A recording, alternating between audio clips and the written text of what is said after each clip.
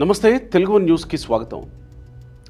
Bharat America మధ్య సంబంధాల మీద మరోసారి చర్చ జరగాల్సిన అనివార్యమైన పరిస్థితిని ట్రంప్ లేవనెత్తారు. మిత్రదేశం అంటూనే రష్యా భారత్ మధ్య జరుగుతున్న వాణిజ్యపరమైనటువంటి సంబంధాల మీద మృత ఆర్థిక వ్యవస్థలు ఇద్దరూ కలిసి మునగనివ్వండి అంటూ 25% టారిఫ్లు పెంచిన ట్రంప్ భారతదేశాన్ని మిత్రుడు అంటూనే ఎందుకు ఇలాంటి చర్యలకు దిగుతున్నారు?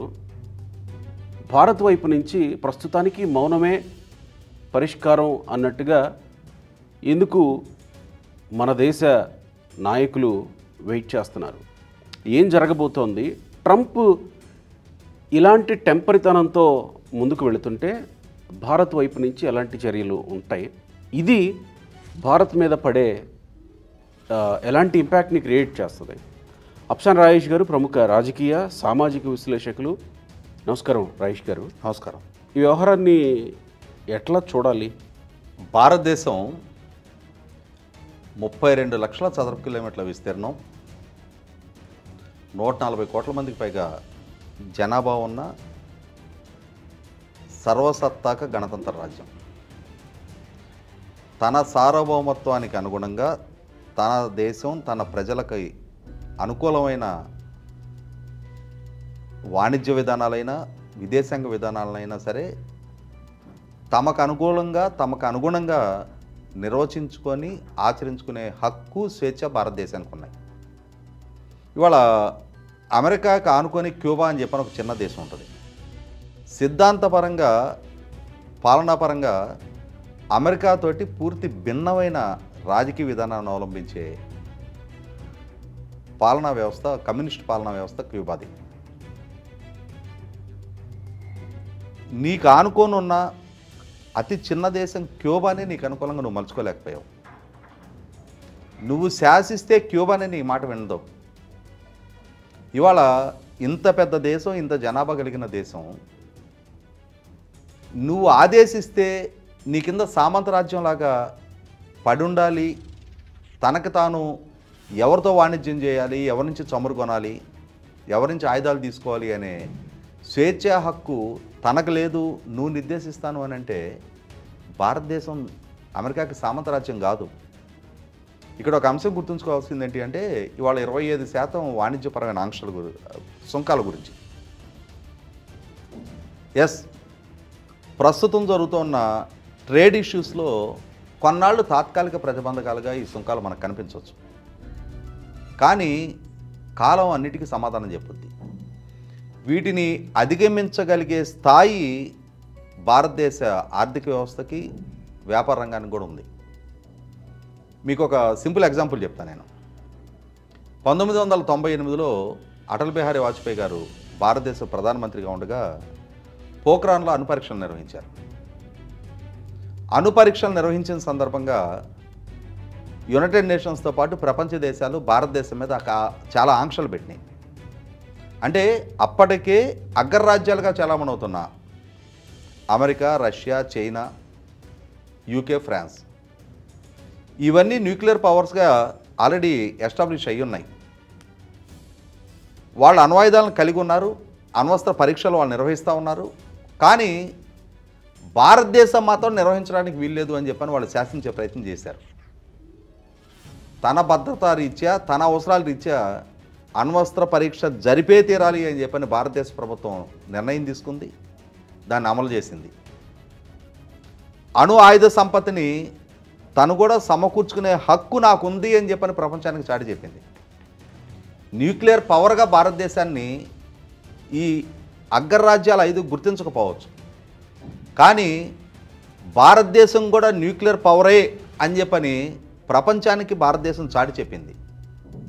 ఆ రోజున భారతదేశపు అంతరిక్ష పరిశోధనలకు అవసరమైన, ప్రయోగాలకు అవసరమైన క్రయోజెనిక్ ఇంజిన్ టెక్నాలజీని విదేశాల నుంచి మనం దిగుమతి చేసుకుంటా ఉన్నాం.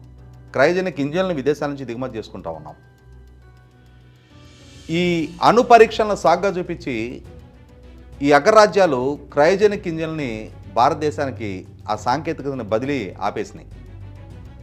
Every crisis creates an opportunity అని చెప్పని ఆ ఆంక్షల పర్యవసానం భారతదేశం తనకు తాను స్వయం సమృద్ధిగా తానే క్రయోజనిక్ ఇంజిన్లు తయారు చేసుకోవటం మొదలుపెట్టింది. భారతదేశ ప్రస్థానం ఆ రోజుతో ఆగిపోలా. ఈ అగ్రరాజ్యాలు యునైటెడ్ నేషన్స్ ఆంక్షలు విధించిన మాత్రాన భారతదేశ ప్రస్థానాన్ని ఆ రోజుతో పరిమితం చేయలేకపోయారు. తనకు తాను స్వయం సమృద్ధితోటి క్రయోజనిక్ ఇంజిన్లు తయారు చేసుకొని ఇవాళ ప్రపంచంలో కల్లా అతి చౌకగా రాకెట్లు ప్రయోగించగలిగే స్థాయి పరిజ్ఞానాన్ని భారతదేశపు ఇస్రో లాంటి సంస్థలు దక్కించుకోగలిగినాయి. ఇప్పుడు జిఎస్ఎల్వి పిఎస్ఎల్వి ప్రయోగాలు జరుగుతాయి. కాబట్టి ఏంటంటే ఇక్కడ ఇప్పుడు అమెరికా ఈ 25% సుంకాలతోటి వాణిజ్యపరమైన ఆంక్షలు విధించే ప్రయత్నం చేస్తూ ఉంది. దానికి ఏం కారణం చెప్తా ఉన్నారు? రష్యా నుంచి చమురు కొనుగోలు చేస్తూ ఉంది, ఇరాన్ నుంచి చమురు కొనుగోలు చేస్తూ ఉంది, రష్యా నుంచి ఆయుధాలు దిగుమతి చేసుకుంటూ ఉన్నారు. రష్యా నుంచి ఆయుధాలు ఈరోజే కాదు, దాదాపుగా 60-70 సంవత్సరాల నుంచి రష్యా నుంచి ఆయుధాలు దిగుమతి జరుగుతూ ఉంది.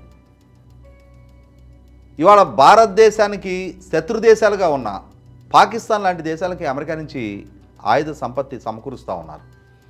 నిధులు భారతదేశానికి ప్రత్యర్థులుగా ఉన్న, భారతదేశంలో శాంతి భద్రతలకు విఘాతం కలిగిస్తూ క్రాస్ బోర్డర్ టెర్రరిజం పెంచి పోషిస్తున్న పాకిస్తాన్ లాంటి దేశాలకి అమెరికా అండదండలు అందిస్తూ వచ్చింది. 1971 యుద్ధ సమయంలో ఆ రోజు భారతదేశానికి వ్యతిరేకంగా అమెరికా వ్యవహరించింది. ఆ రోజున భారతదేశానికి అండగా పాకిస్తాన్ నిలబడింది, క్షమించాలి, భారతదేశానికి అండగా రష్యా నిలబడింది ఆ రోజున. కాబట్టి ఇక్కడ భారతదేశం తన ప్రయోజనాల రీత్యా తన దేశానికి, తన ప్రజలకి, తన సైన్యానికి ఉపయోగకరమైన ఆయుధాలు ఎక్కడి నుంచి కొనుగోలు చేయాలి అనే స్వేచ్ఛ, హక్కు, అధికారం ప్రజాస్వామ్య భారతదేశంలో ఆ ప్రభుత్వాలకు ప్రజలు ఇచ్చారు. దేశ ప్రయోజనాల రీత్యా ఆ ప్రభుత్వాలు నిర్ణయాలు తీసుకున్నాయి.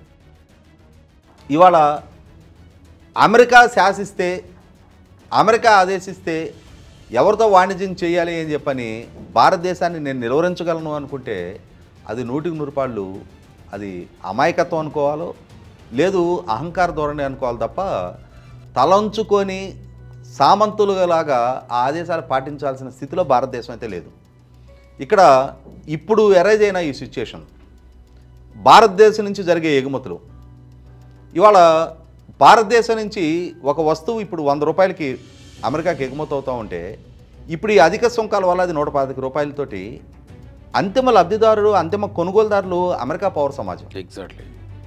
ఇక్కడ మందులు లాంటివి, స్మార్ట్ ఫోన్స్ లాంటివి ఓవర్ నైటు వేరే దేశాల నుంచి ఆ దేశాలకు ఎగుమతి కావటం కష్టం. భారతదేశం నుంచి తక్కువ ధరకి అమెరికాకి ఎగుమతి అవుతున్నాయి కాబట్టే ఇవాళ అక్కడ మార్కెట్ భారతదేశం క్యాప్చర్ చేయగలిగింది. అటువంటి దగ్గర నుంచి ఇవాళ వేరే దేశాల నుంచి, అంటే ఇప్పుడు భారతదేశం నుంచి ఎగుమతి అయ్యే మందులు ఇప్పుడు 100 రూపాయలకు దొరుకుతూ ఉన్న మందు 125 రూపాయలకు కొనుగోలు చేయటం వల్ల అది అక్కడ వినియోగదారుడికి భారంగా మారుతుంది. కాబట్టి వేరే దేశాల నుంచి 110కో 115కో అక్కడికి ఎగుమతి అయ్యే పక్షంలో వాటికి ప్రయారిటైజ్ చేసుకుంటారు, ఆ మార్కెట్ షేరు వాళ్ళకి పోద్ది అని చెప్పని అనుకోవటానికి కూడా మందుల్లాంటి అత్యవసర వినియోగానికి వినియోగించే మందులు ఓవర్ నైట్ వేరే దేశాలు ప్రొడ్యూస్ చేసే ఆస్కారం చాలా తక్కువ. కాబట్టి ఏంటంటే భారతదేశానికి ఉండే మెరిట్స్ భారతదేశానికి ఉన్నాయి. భారతదేశం తాను ఎక్స్పోర్ట్ చేయగలిగే ప్రోడక్ట్స్ కొన్నిటిని ఇవాళ ప్రత్యామ్నాయ మార్కెట్లు కూడా అన్వేషించుకోవడానికి భారతదేశానికి ఇదొక, అంటే అమెరికా మీద మాత్రమే ఆధారపడి భారతదేశం మార్కెట్ సర్వైవ్ అవ్వదు.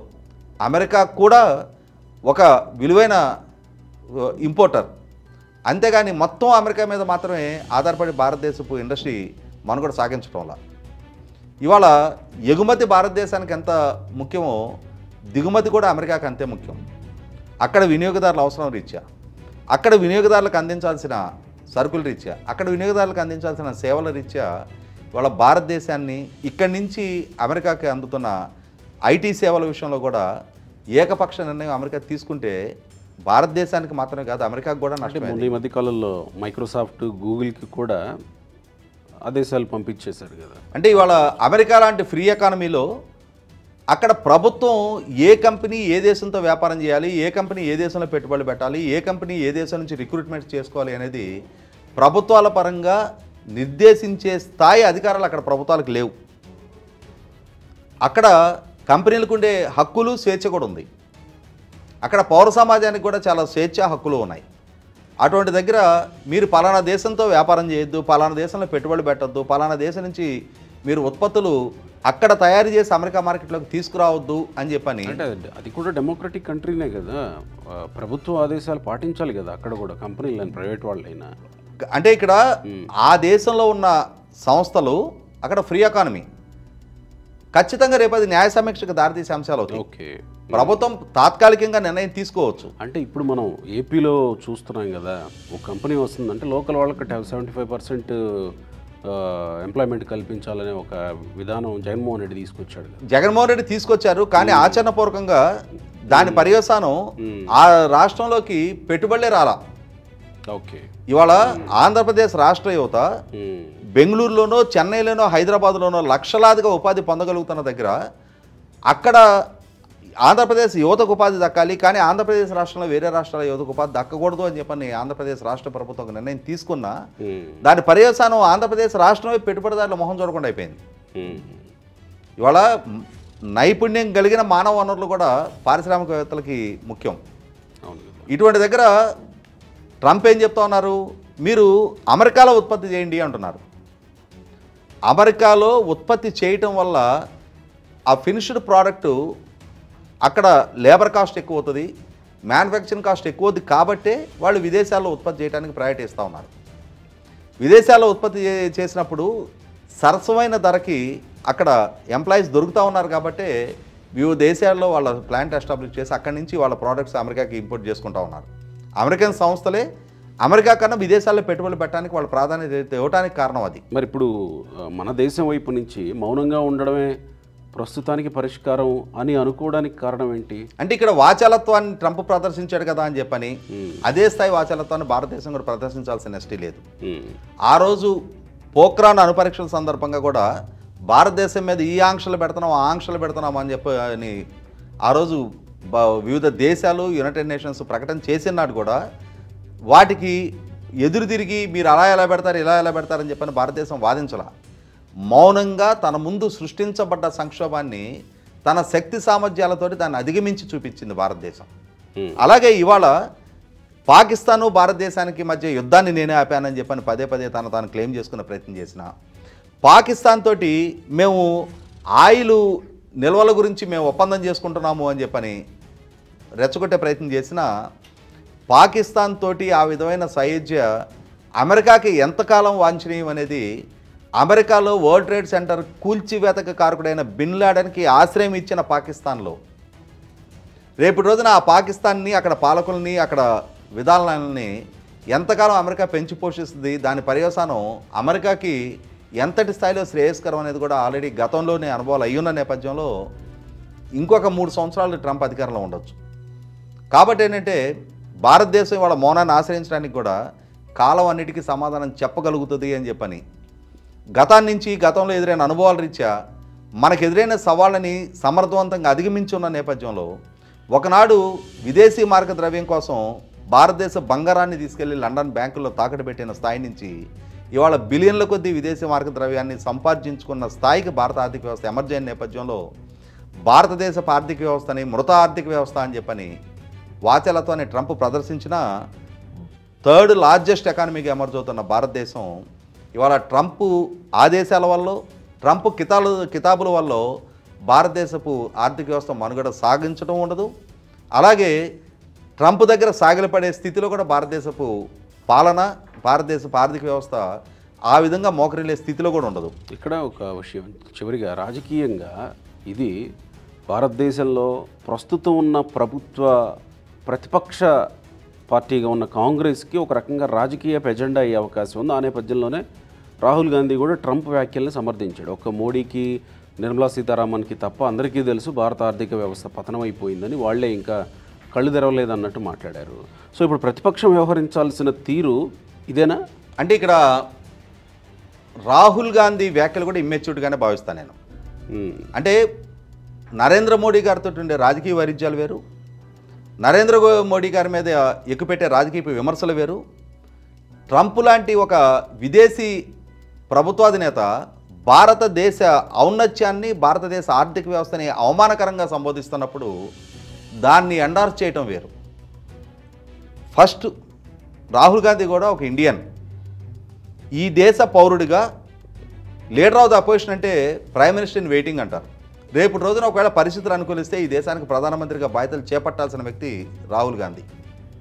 ఆ రోజు నేను అధికారంలోకి వచ్చిన తర్వాత నా ఆత్మగౌరవాన్ని కాపాడుకుంటా, నేను ఆ రోజు నా వెన్నెముక నేను చూపుతా, కానీ ఈరోజు మాత్రం నా రాజకీయ అవసరాల రీత్యా నేటి ప్రభుత్వాధినేతని వాళ్ళతో సమానంగా నేను కూడా అవమానిస్తా అంటే ఇది రైట్ టైం కాదు. రాజకీయ విమర్శలకి సమయం, సందర్భం ఇదైతే కాదు.